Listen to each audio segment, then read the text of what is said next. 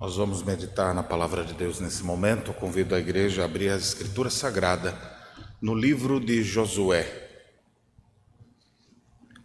Josué capítulo 7.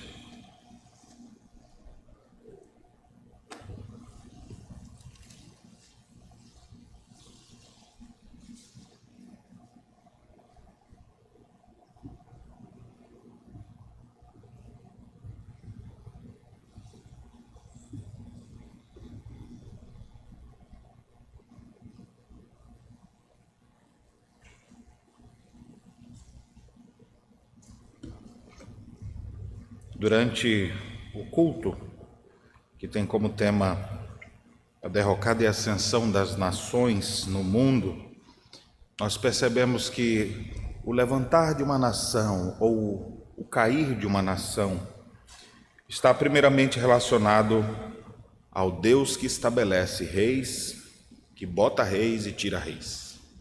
Isso é a primeira e fundamental. Mas também está relacionada à postura que os homens adotam diante de Deus. Também está relacionada aos tipos de governantes que atuam nesse mundo. Está relacionada aos partidos políticos também, que escolhemos para governar.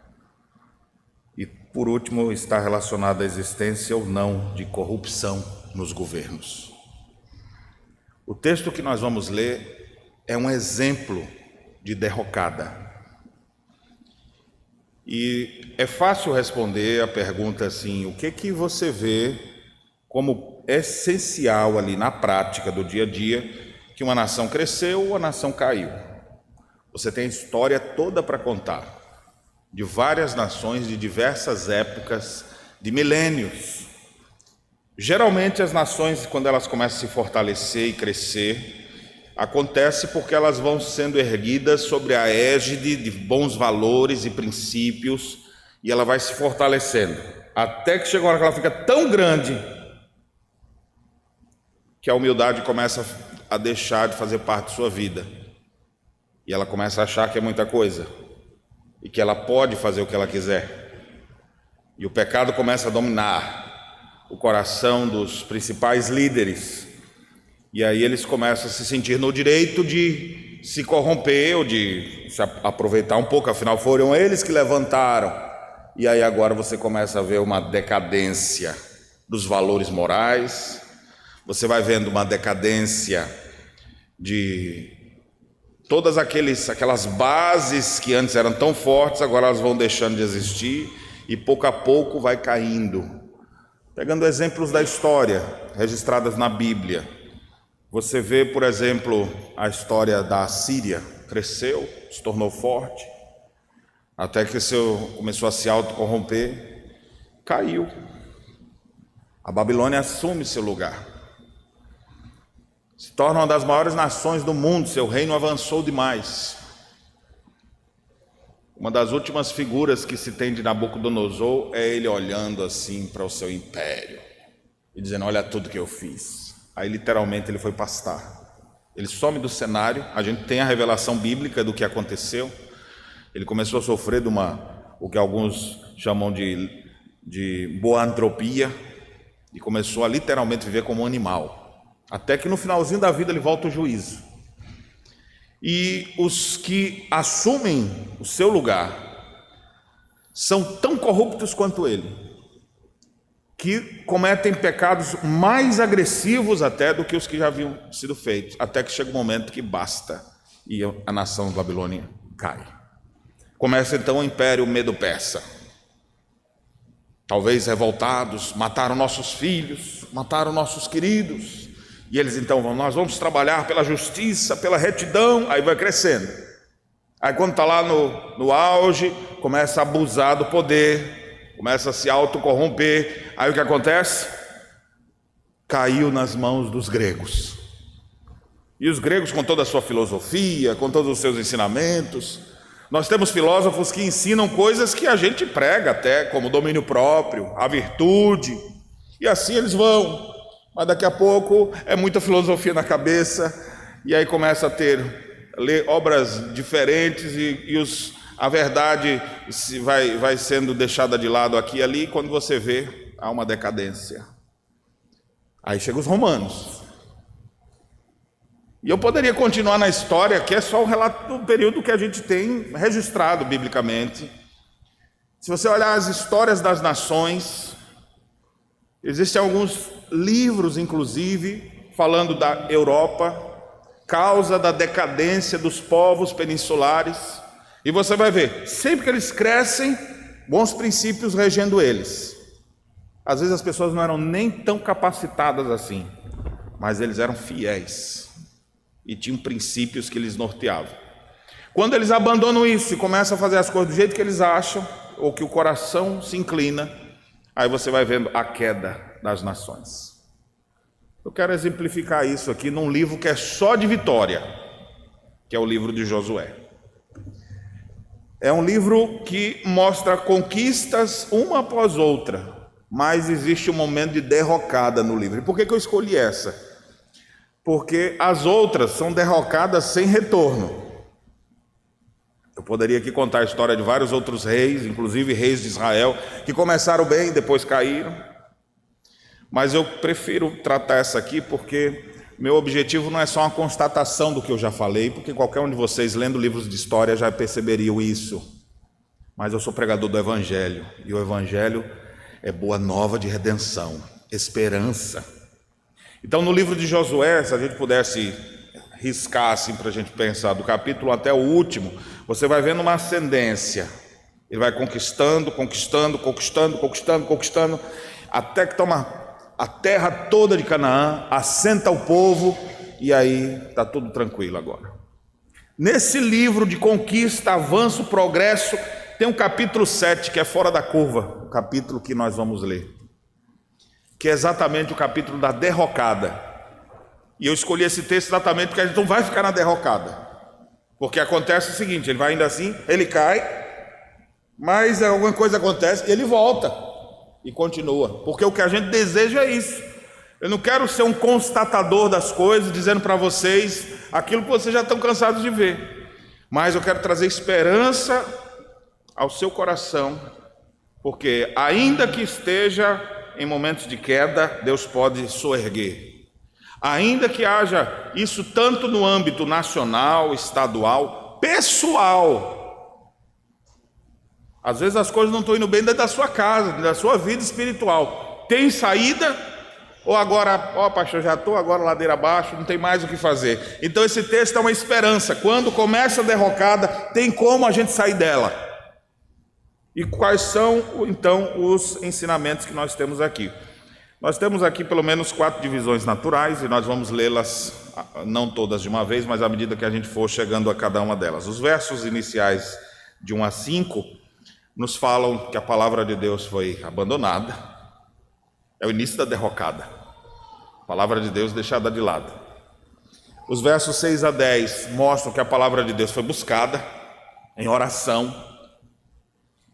Depois os versos 11 a 15 mostram que a palavra de Deus foi anunciada e pregada ferozmente contra o que estava acontecendo. E finalmente os versos 16 até o final mostram a palavra de Deus sendo executada. Aquilo que Deus falou, agora o povo estava fazendo.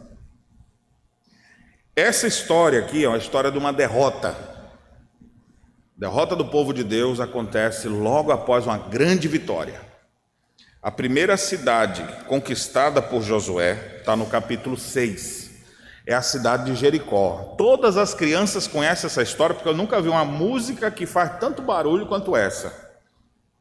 Se você morar em um apartamento e tiver uma criança em cima, ele começa a pisar na muralha de Jericó, né? E começa a pular ali e tal. Vem com Josué lutar em Jericó e todo mundo conhece essa história. Então o povo arrodeou a cidade 7 vezes, depois as muralhas ruíram, o povo invadiu, destruiu os inimigos e teve sua primeira vitória, onde Deus manifestou grandemente o seu poder. Se a gente pular o capítulo 7, você vai ver o capítulo 8 mostrando a cidade Ai sendo destruída. Você vai avançar um pouquinho mais, você vai ver que os gibeonitas, com medo de morrerem, perseguidos por governos corruptos em sua época, eles se aliam, eles vão pedir ajuda a Josué. E Josué, vamos amparar esse pessoal aqui. E aí se levantaram 5 reis contra Josué. Josué, nós vamos enfrentar, se Deus é conosco. E Josué destrói 5 reinos. Naquele dia a Bíblia diz que a lua parou no vale de Ajalon, o sol se deteve e ficaram ali quase o dia inteiro. E Deus efetuou um grande livramento. O que é interessante é que você vai hoje lá, vestígios arqueológicos, nessa mesma região citada, e existem pedras vulcânicas onde não tem vulcão. De onde é que essas pedras pegando fogo saíram? O registro bíblico diz que naquela região Deus fez cair chuvas de pedra, de fogo, e que só acertaram os inimigos. Elas estão lá até hoje, para qualquer pessoa aí constatar. Depois não foram 5 reis, agora vão piorar, então 7 agora contra ele, e Josué destrói todos eles, não ficou um. Deus dava vitória a Josué por onde ele quer que ia. O livro de Josué é uma bênção. Quando você estiver meio desanimado assim, vá ler Josué, para você ficar assim mais empoderado biblicamente. Só que nesse livro tem uma derrota, e é isso que nós vamos ler agora. Josué capítulo 7, versos de 1 a 5. Observe o que diz a palavra de Deus. Prevaricaram os filhos de Israel nas coisas condenadas, porque Acã, filho de Carmi, filho de Zabdi, filho de Zerá, da tribo de Judá, tomou das coisas condenadas. A ira do Senhor se acendeu contra os filhos de Israel. Enviando, pois, Josué de Jericó alguns homens a Ai, que está junto a Bet-Aven, ao oriente de Betel, falou-lhes dizendo: subi e espiai a terra. Subiram, pois, aqueles homens e espiaram a Ai. E voltaram a Josué e lhe disseram: não suba todo o povo, suba uns 2 ou 3 mil homens a ferir a Ai. Não fatigueis ali todo o povo, porque são poucos os inimigos. Assim subiram lá do povo uns 3 mil homens, os quais fugiram diante dos homens de Ai. Os homens de Ai feriram deles uns 36. E aos outros perseguiram desde a porta até as pedreiras e os derrotaram na descida. E o coração do povo se derreteu e se tornou como água. Meus irmãos, que situação complicada. A palavra de Deus foi abandonada. O que foi que aconteceu aqui em Ai? Eles acabaram de destruir a fortaleza de Jericó, uma cidade altamente fortificada com muros elevados, e eles não jogaram bomba nos muros, não. Deus fez os muros ruírem de maneira sobrenatural, e o povo venceu. A única coisa que Deus disse para o povo é: não toquem em nada, essa cidade está condenada. Aí sempre tem um assim que você não seja desses, viu? Por quê que não pode pegar nada? Mas por quê? Sabe os questionadores? Mas por quê? O que que tem? Isso é bobagem. Aí tinha um guri desse lá, tal de Acã. O nome dele já diz tudo. Acã é perturbador.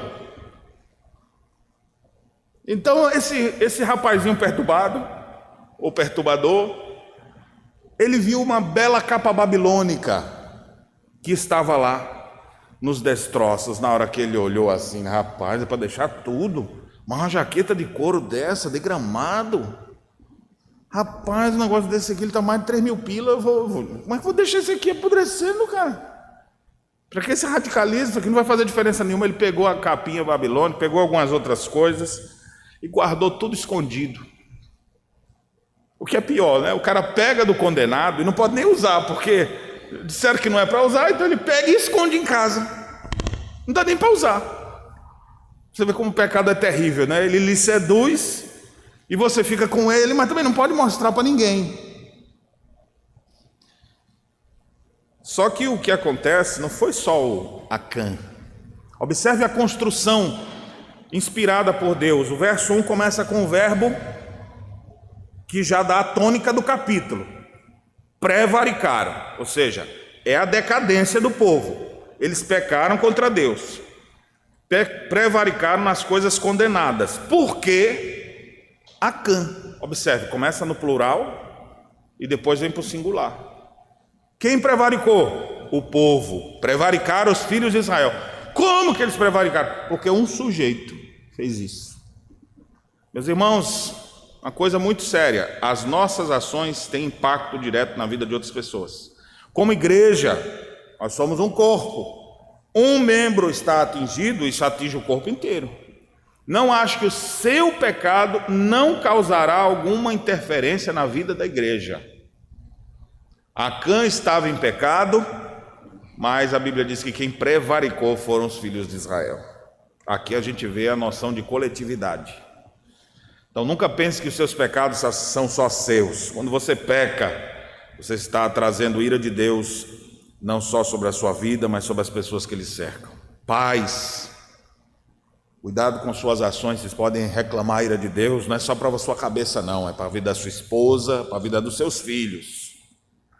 Mães, mulheres, tomem conta de seus pecados e resolvam logo, porque isso pode trazer consequências não só para vocês, mas para outras pessoas. Irmãos da igreja, abra o olho, seu pecado não atinge só você, e se enfraquece a igreja como um todo. Prevaricaram os filhos de Israel, porque Acã, todos foram receber a ira de Deus, vão receber a ira de Deus, por causa de um miserável. E o que foi que aconteceu? Eles estavam tão confiantes com a vitória anterior. Rapaz, a gente não precisou nem estourar uma bomba, não precisou fazer, as muralhas caíram. O Senhor fez o povo morrer na nossa frente assim, igual água escorrendo. O coração do povo derreteu. Nós vencemos assim.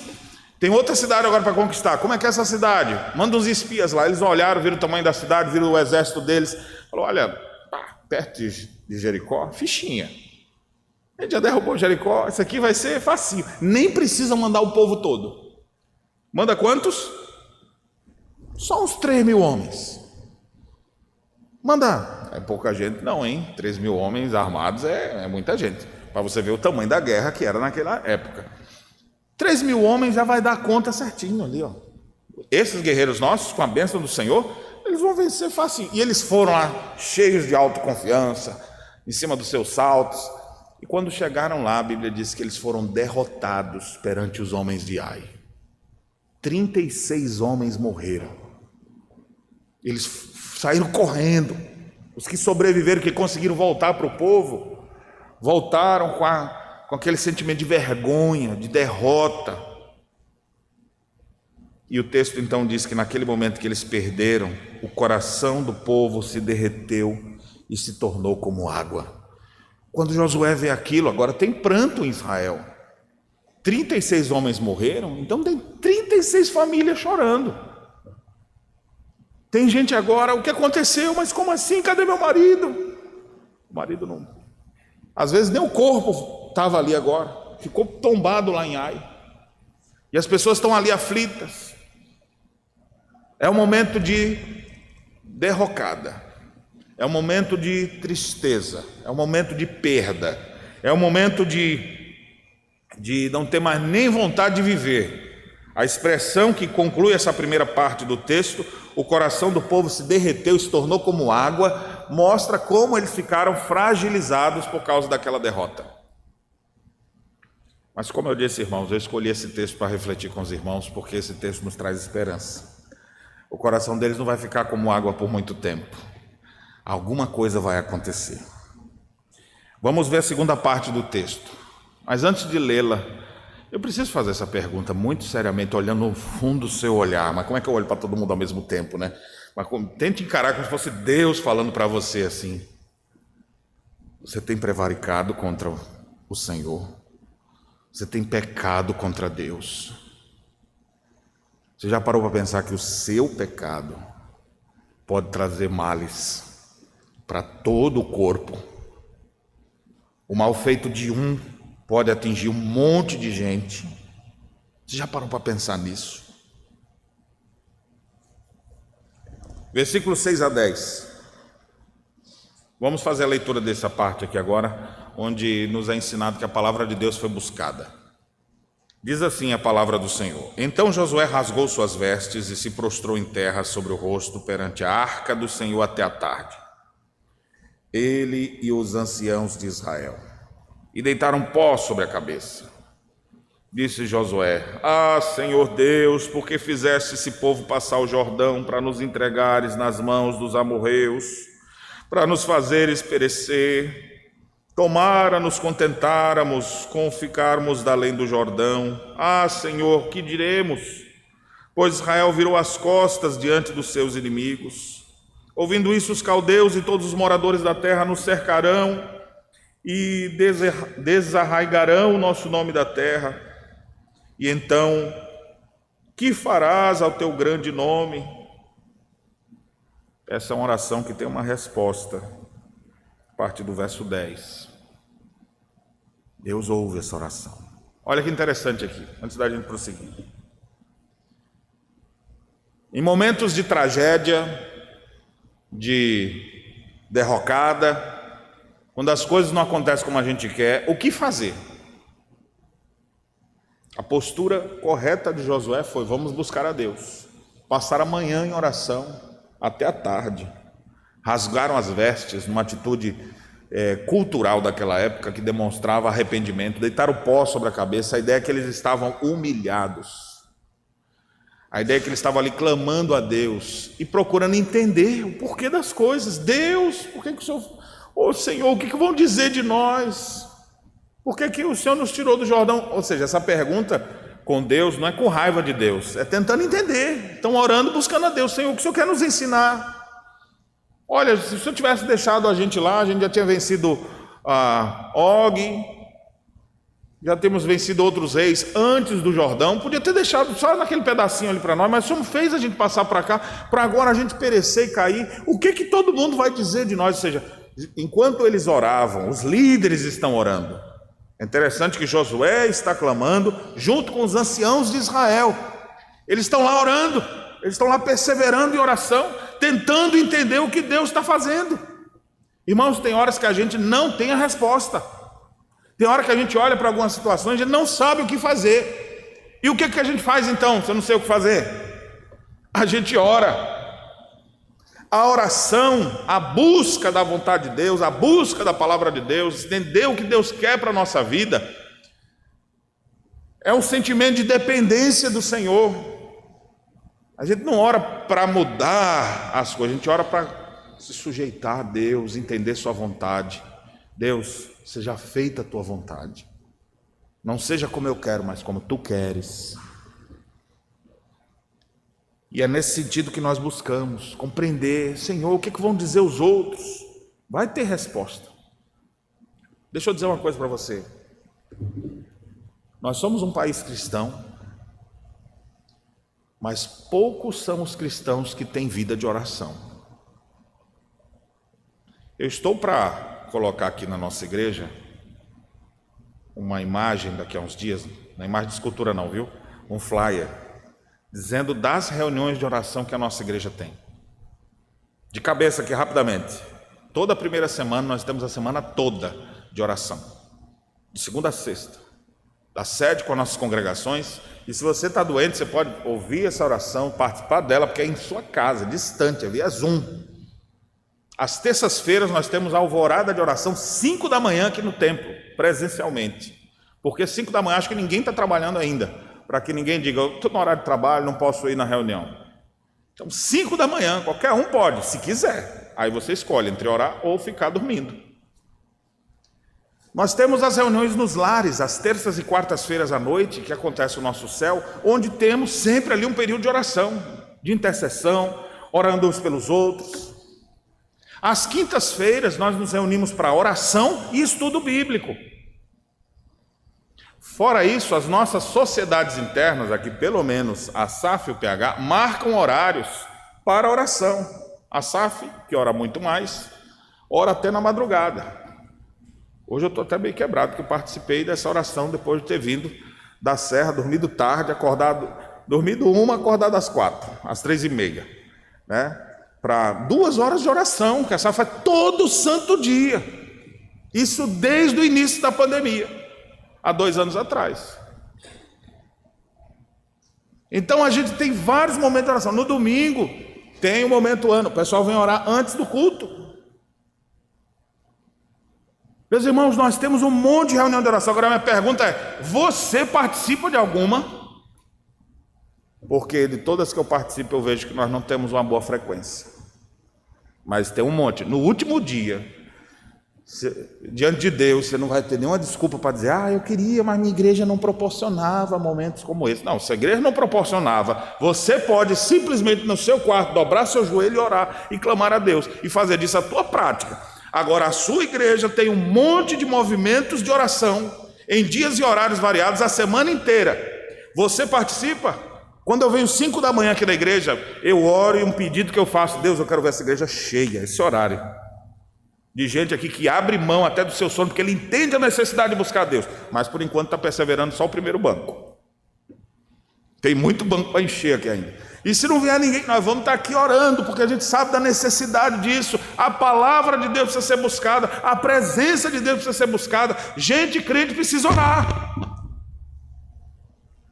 Nosso país precisa orar. Pessoas que professam fé em Jesus não devem ficar só discutindo as coisas, tem que dobrar o joelho e orar, na sua vida pessoal, na sua vida com outras pessoas, tentar criar, inclusive em alguns momentos, no seu ambiente de trabalho, falar com o chefe: chefe, a gente podia aqui, 10 minutinhos antes de começar o expediente, ter um momento de oração?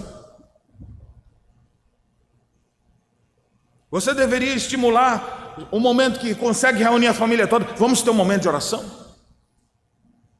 Nem que seja naquela da oração do almoço, mas pelo menos aumenta mais um pouquinho, porque todo mundo está desesperado do almoço, né? Já fica uns cutucando assim: anda rápido, rapaz, eu estou com fome, está esfriando, né? Anda ligeiro aí com essa oração. Nós precisamos buscar a Deus, e nós não temos feito como deveríamos. Josué, na hora que viu, Josué é um homem de Deus, é um homem crente. Deus foi com ele, assim como foi com Moisés. Deus disse que seria com ele, e Josué teve muitas vitórias, porque Deus era com ele. Isso está lá, está bem pertinho aí, capítulo 6, verso 57. Assim era o Senhor com Josué, e corria a sua fama por toda a terra, a fama de vitorioso, a fama de um homem destemido. E por quê? Porque o Senhor era com ele. Josué é o homem de Deus, viu que o negócio deu errado, ele falou: pois arruma mais 5.000 e vamos lá. Agora nós vamos acabar isso aqui na força do braço. Josué falou: alguma coisa está errada. Como é que 3.000 homens não derrotou aquela cidade daquele tamanho? Visão espiritual, entendimento da realidade, e não só na força. Bota 20 agora, vamos esmagar eles lá.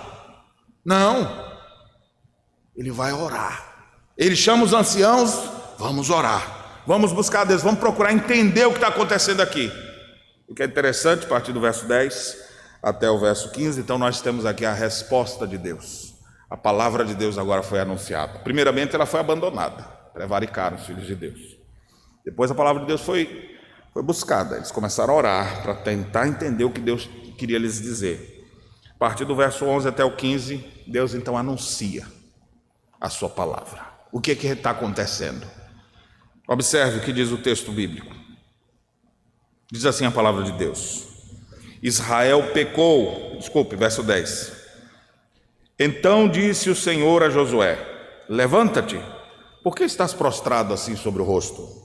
Israel pecou e violaram a minha aliança, aquilo que eu lhes ordenara, pois tomaram das coisas condenadas e furtaram e dissimularam, e até debaixo de sua bagagem o puseram.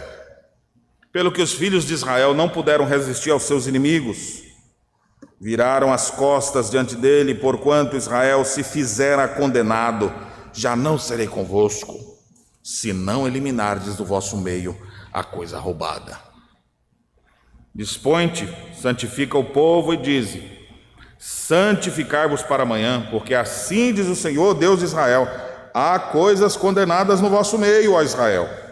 Aos vossos inimigos não podereis resistir, enquanto não eliminardes do vosso meio as coisas condenadas. Pela manhã, pois, vos chegareis segundo as vossas tribos, e será que a tribo que o Senhor designar por sorte se chegará segundo as famílias, e a família que o Senhor designar se chegará por casas, e a casa que o Senhor designar se lhe chegará homem por homem. Aquele que for achado com coisa condenada será queimado, ele tudo quanto tiver, porquanto violou a aliança do Senhor e fez loucura em Israel. É Deus falando aqui agora, a palavra de Deus foi anunciada.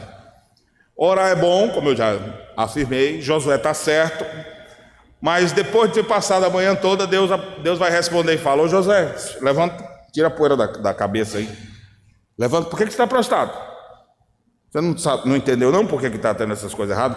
Há pecado no meio do povo. O que foi que eu disse quando vocês foram a Ai? Desculpe, quando vocês foram a Jericó?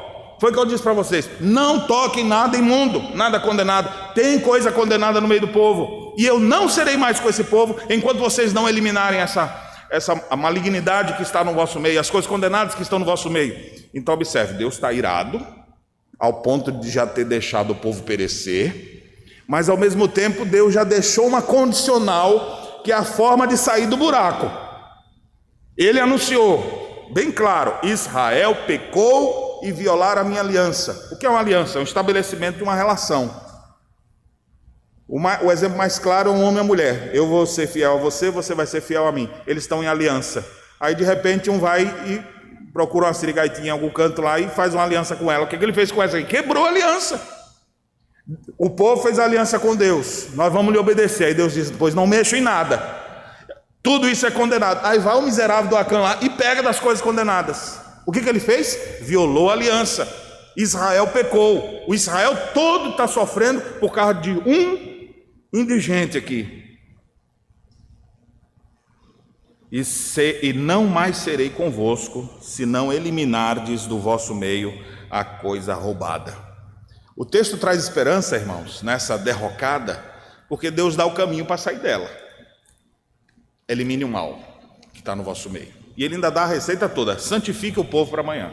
É muita gente, então chama o povo todo, separa esse povo e fala com eles o que eu estou dizendo para você. Há coisas condenadas no vosso meio, Israel. Os vossos inimigos, vocês não vão mais poder resistir enquanto não resolver esse problema aqui. Eu sei que às vezes na nossa relação de filhos, eu não sei como é que você foi criado. Eu não fui criado talvez pelo seu Paulo ali, assim, ó, seguro, com a dona Elaine. Às vezes você foi daqueles que o filho dizia uma coisa, você liberava. Aí o menino: eu vou te bater se tu fizer isso, viu? Aí ele vai lá e faz: se tu fizer de novo, eu vou te bater. Aí o menino pega e faz: ó, vou te dar a terceira chance. Se tu fizer, daqui a pouco o moleque está dando tapa na cara dele. Se tu fizer isso, tu vai sofrer as consequências. E ser firme com isso. É isso que Deus está fazendo. Firme. Seja firme. Não serei convosco enquanto não eliminar do vosso meio as coisas condenadas.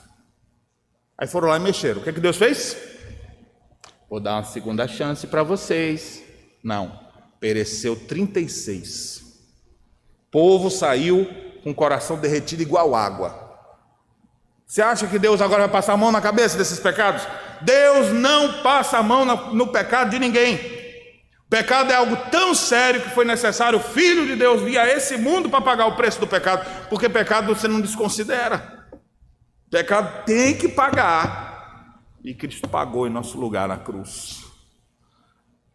Pecado é algo tão sério que Deus então aqui diz: eu não serei com vocês. A boa nova que o texto traz é: identifique o pecado, família por família, até chegar no vivente, o tal do perturbado aí que fez esse problema todo. Vá por tribo, ache as famílias, ache o mal, elimine esse mal.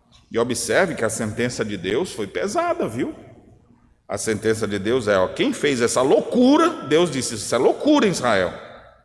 Esse sujeito que estiver com coisas condenadas deverá pagar, e vai ser pena de morte por causa do que ele fez. Meus irmãos, deixa eu dizer uma coisa muito séria para você. Nunca ache que o seu pecado está escondido, tão escondido que não se possa achar.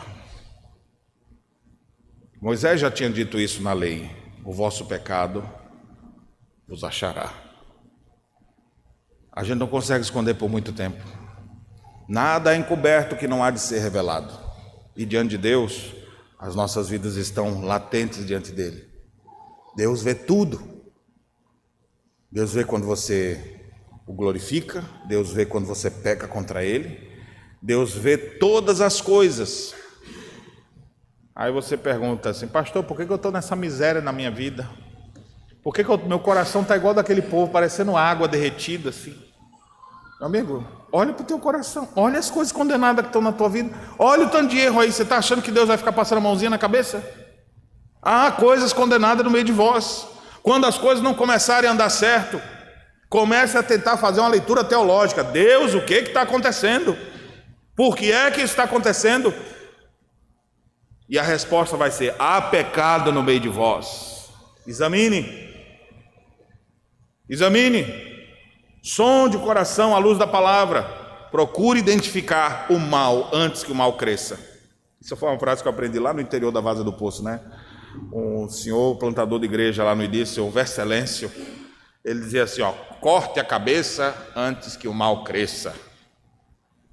Esses ditos comuns do campo são sempre vivos e claros para nós. Você deixa o pecado se enramar, você deixa o pecado crescer, ele vai trazer desgraça, vai trazer destruição, vai trazer derrocada. Como sair da derrocada? Elimine o mal que há no meio de vós. Olha aqui para mim, presta atenção. Ouça a voz de Deus dizendo: há pecado na sua vida. Deus está vendo quais são os pecados da sua vida. Deus sabe quais são as coisas condenadas na sua vida. A próxima parte do texto você vai ver que Deus sabe certinho o que está, onde está, em que lugar botou. Nada está oculto aos olhos de Deus. E pecado, irmãos, não é aquele negócio genérico. Pecado tem dia, tem hora, tem lugar. Às vezes a gente vai confessar nosso pecado a Deus. Deus, perdoe todos os nossos pecados. Eu fico imaginando Deus falando: qual que você está se referindo? Porque quando você faz alguma coisa errada, sua mulher está emburrada em casa assim, isso não acontece, eu sei. Mas assim, ela ficou brabinha lá por alguma coisa, e aí ela fala assim: eu estou com raiva de você. Aí eu: por que, amor, que você está com raiva de mim? Você fez uma coisa que eu não gostei. Então me perdoe por todos os meus erros. Estamos de bem? Vem dar um cheirinho. Resolveu? É assim que resolve, não? Ah, meu amigo, você tem que dizer que realmente aconteceu ali. Senão não existe arrependimento. Ah, foi isso. Me perdoe por isso que eu fiz. Quando a gente peca contra Deus, a gente pecou em alguma coisa. A gente fez alguma coisa. E o pior, ou o melhor, é que Deus nos dá uma consciência. E aí tem alguma coisa dentro de nós assim, olha só, eu digo para você assim: há pecado no meio de vocês. Deus está vendo o que está fazendo de errado, você já está. Como é que o senhor sabe? Bem, eu não sei. Mas Deus sabe e a sua consciência logo lhe acusa. Dizendo: está vendo? Tá vendo? Eu tinha te avisado que tu ia aparecer. Mais cedo ou mais tarde, tu fica esperto. A nossa consciência nos acusa. Quais são os pecados que hoje estão escondidos na tua vida? Só dessa pequena pausa que eu faço já começa a aparecer. Se você gastar mais um tempinho com essa pergunta, porque essa pergunta a gente só gasta quando vem na igreja, em casa a gente não faz, a gente foge dela. Mas só de você pensar um pouquinho sobre essa pergunta, vai começar a aparecer na sua mente, as coisas já vão lhe acusar. Quais são os pecados que você está escondendo? Você pode esconder de mim, você pode esconder da sua família, você pode esconder das pessoas, mas Deus está vendo, e o vosso pecado vos há de achar. E eu não estou dizendo isso para você sair correndo daqui, tentando se esconder mais ainda. A solução é: elimine isso que está escondido na tua vida.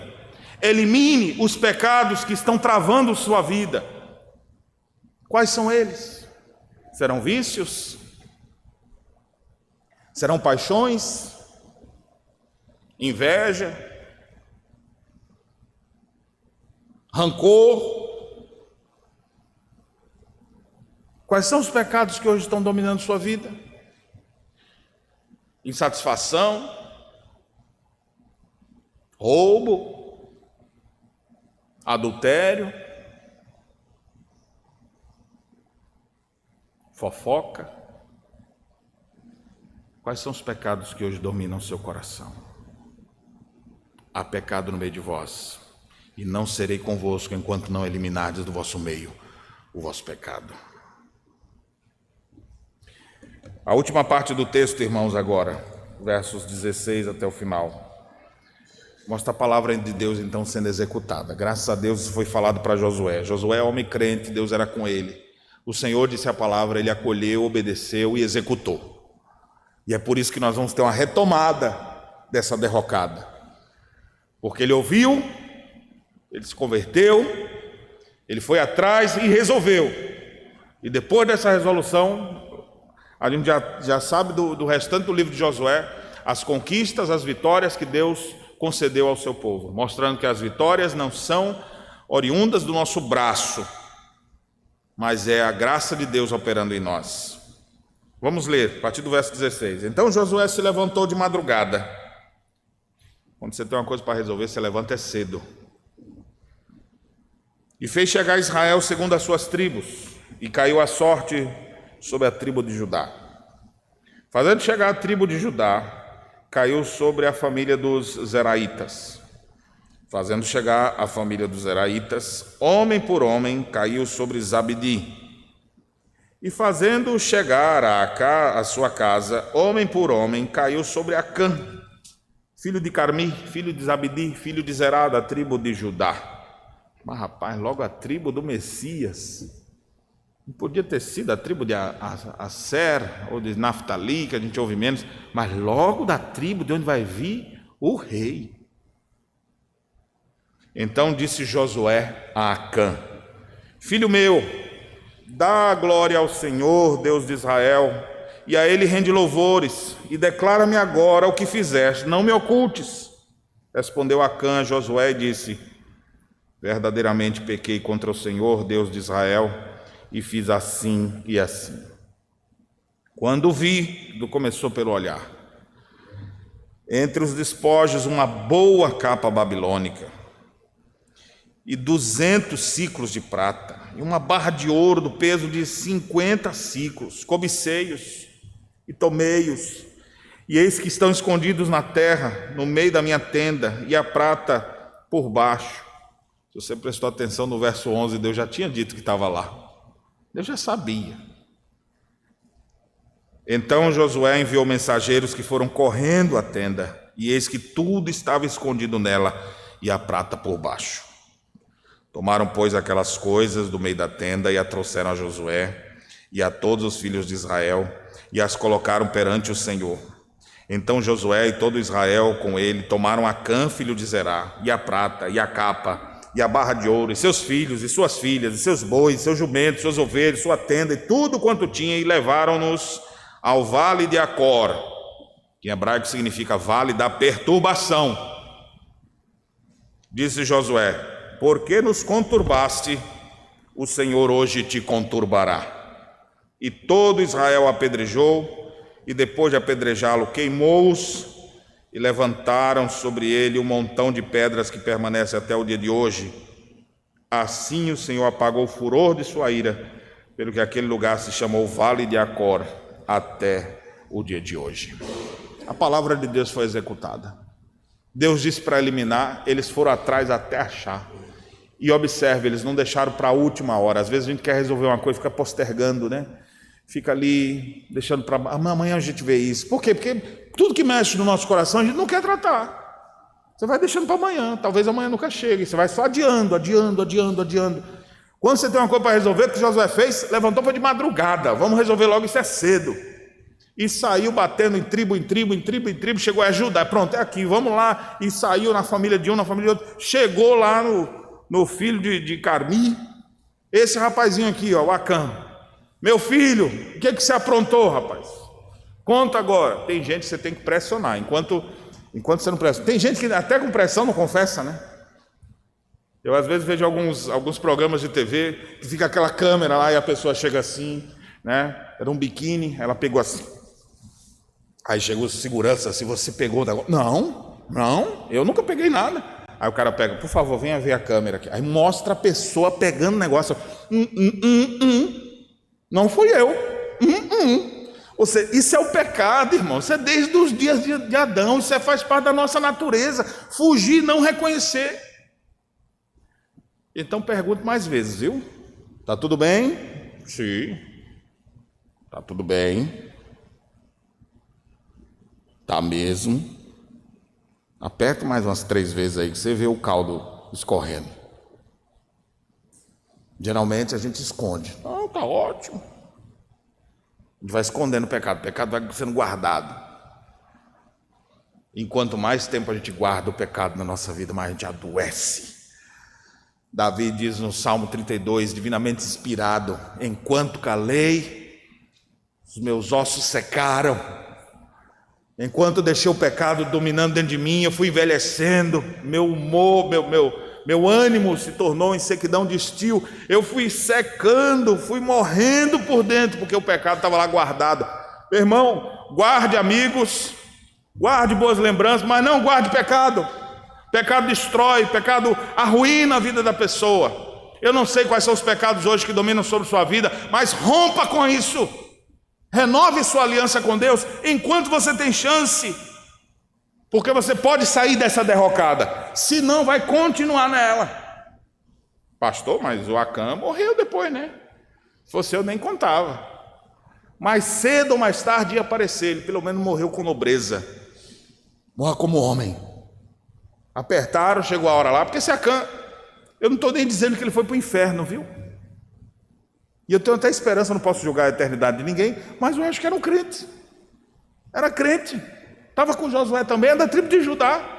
Mas na hora lá o negócio, você sabe como é o pecado. Nenhum não jogue pedra no Acã, viu? Ele já foi queimado. O Acã aqui, ele é como nós. Não se acha melhor do que ele não, porque quando você é tentado, você faz igualzinho. Você olha assim, rapaz, que oportunidade. Seu coração deseja.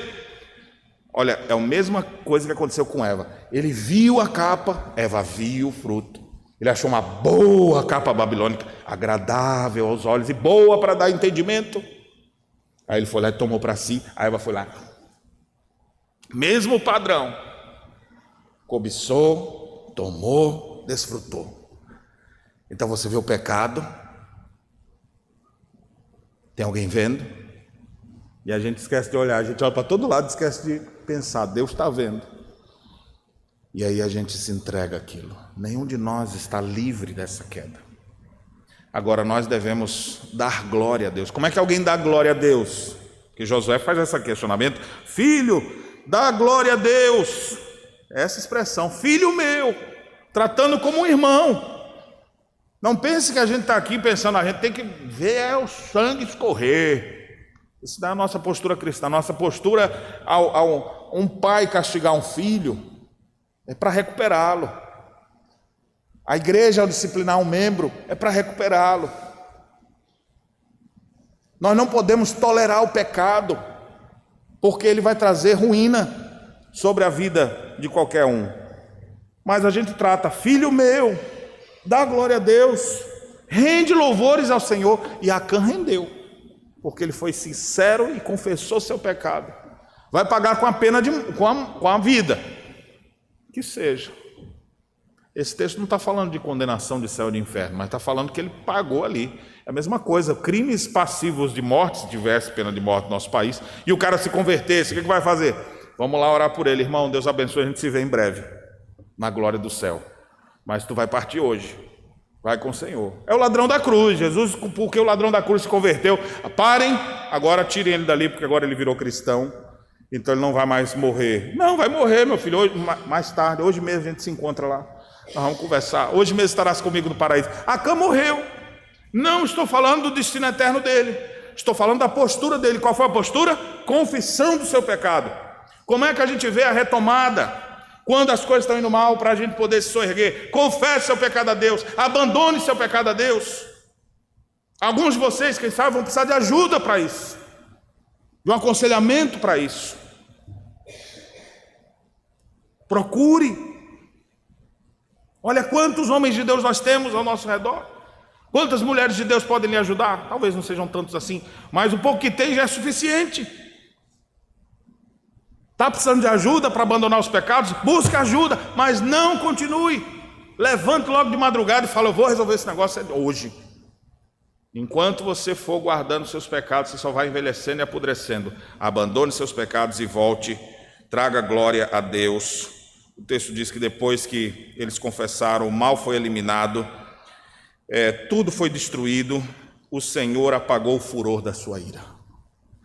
Sequência das leituras, capítulo 8, eles vão de novo a Ai, e Ai se rende. Como que pode? É porque é Deus quem dá a vitória, não é a força do nosso braço. Depois vão vir 5 reis contra Josué. Josué vai derrubar todos eles. Na força do Senhor. É Deus quem nos dá a vitória. Deus espera de nós obediência, submissão. Resolva seus pecados, irmão. Não durma com o inimigo. Não durma com o pecado do coração. Abandone, porque o seu pecado traz consequências para outras pessoas. Um peca, outros sofrem. Elimine o mal da sua vida. Examine o seu coração. Confesse a Deus suas faltas. Aproveite, porque essa história que eu trouxe para vocês hoje aqui não é a história de um povo que teve uma derrocada e não se levantou mais. Eu trago para vocês a história de um povo que teve uma derrocada, sim, mas que foram soerguidos. Deus os abençoou. Suas vidas foram transformadas. Que você possa aplicar essa verdade ao seu coração. E em todas as esferas da nossa vida, nós também possamos buscar a Deus e executar a sua palavra, para que possamos ver em nossos dias Deus concedendo vitórias ao seu povo. Que Deus nos abençoe. Amém.